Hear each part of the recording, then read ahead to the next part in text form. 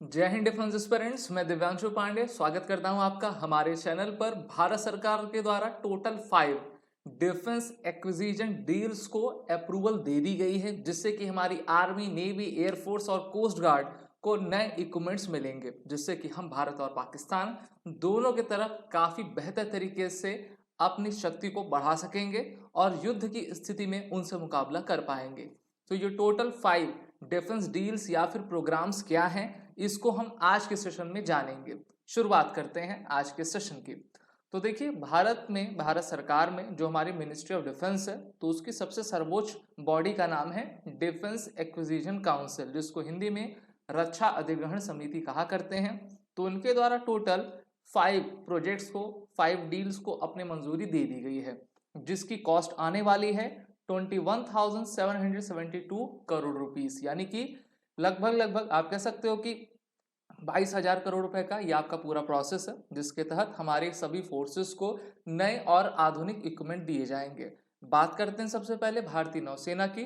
तो भारतीय नौसेना को इसमें total 31 new water jet fast air attack crafts दिए जाएंगे। अब ये फास्ट अटैक क्राफ्ट्स होते क्या है, जिसमें जेट इंजन्स लगे होते हैं। इसका मुख्यतः काम यही होता है कि भारत की जो मैरीटाइम बाउंड्री है, और मैरीटाइम बाउंड्री आप सभी जानते हो कि लगभग 7516 किलोमीटर की है, उसको कवर करना और वहां पर अपने पेट्रोलिंग प्रोसेस को तेजी से करना। मेनली हम अरबियन सी की तरफ देख रहे हैं कि किस प्रकार से सोमालियन पायरेट्स का आतंक बढ़ा हुआ है और नेवी चाहती है कि वो प्रॉम्प्ट एक्शन के जरिए आगे बढ़ सके।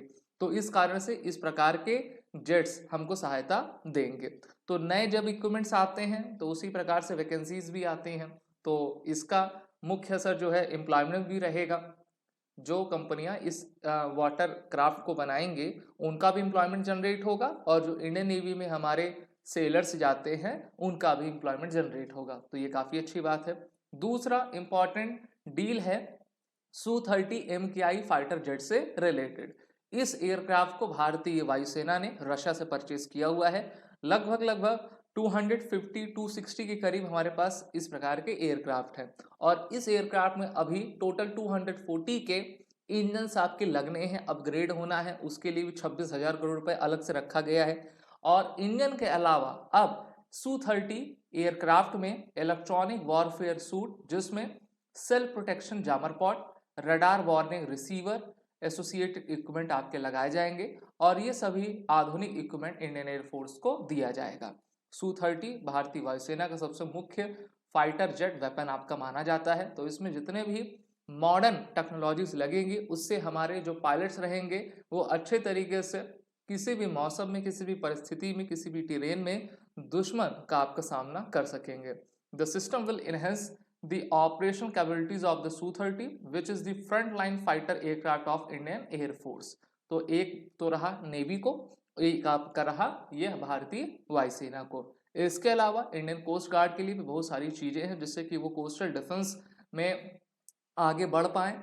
The council also gave a green light for procurement of 120 fast interceptor craft. तो देखिए, 120 के लगभग फास्ट इंटरसेप्टर क्राफ्ट्स आएंगे, जो कि कैपेबल रहेंगे मल्टीपल रोल्स के लिए, जिसमें हम अपने एयरक्राफ्ट कैरियर को स्कॉट कर सकेंगे, डिस्ट्रॉयर फ्रिगेट्स को स्कॉट करेंगे, और कोस्टल डिफेंस के लिए सबसे अत्यधिक आवश्यक रह पाएगा। वहीं पर भारतीय तटरक्षक बलों के लिए, यानी कि इंडियन कोस्ट गार्ड के लिए, total 6 advance light helicopters marine versions के तैयार किए जाएंगे। और मुख्यतः इसको जो है भारत की ही सरकारी कंपनी हिंदुस्तान एयरोनॉटिक्स लिमिटेड के द्वारा बनाया जाएगा, जो हमारी कोस्टल सिक्योरिटी और सर्वेलेंस में सबसे अधिक भाग लिया करती है। अब बात करते हैं आर्मी को क्या दिया जाएगा। तो आर्मी के लिए T-72 टैंक्स और T-90 टैंक्स, BMP जो हमारे आर्टिलरी गन्स हैं, उनके अप्रूवल दिया गया है। इसको भी तेजी से मॉडर्नाइज किया जा रहा है। इनके हल और टरेट को हटाकर जो है, इसको हम कैसे और भी हल्का कर सकें, इसमें बेहतर इंजन्स लगा सकें और इसकी फायर पावर क्षमता को आगे ले जा पाए, तो उसके ओवरहॉलिंग के लिए भी हमारे भारत सरकार के द्वारा अलग से बजट रखा गया है। तो अगर मैं आपको ओवरऑल बताऊं तो इसको आप देखकर समझ सकते हो। इंडियन नेवी को procurement of new water jet attack crafts, ठीक है, एंड फास्ट इंटरसेप्टर क्राफ्ट दिए जा रहे हैं। इंडियन एयरफोर्स को Su-30 के अपग्रेडेशन के लिए electronic warfare suit, next generation radar warning receiver दिया जाएगा। कोस्ट गार्ड को आपके advance light helicopter marine version के सर्वेलेंस के लिए प्रोवाइड किया जाएगा। तो इन सभी इक्विपमेंट का जो कॉस्ट है वो 21,772 करोड़ रुपीस आने वाला है। अब दोस्तों चलिए बात करते हैं डिफेंस एक्विजिशन काउंसिल की। So DAC is the highest decision making body in the defence ministry for deciding new policies and capital acquisitions for 3 services, जिसमें आर्मी, नेवी, एयरफोर्स और हमारे इंडियन कोस्ट गार्ड आया करती है। मिनिस्टर ऑफ डिफेंस जो होते हैं वो चेयरमैन होते हैं इस डीएसी काउंसिल के। इसको हम हिंदी में रक्षा अधिग्रहण समिति कहा करते हैं।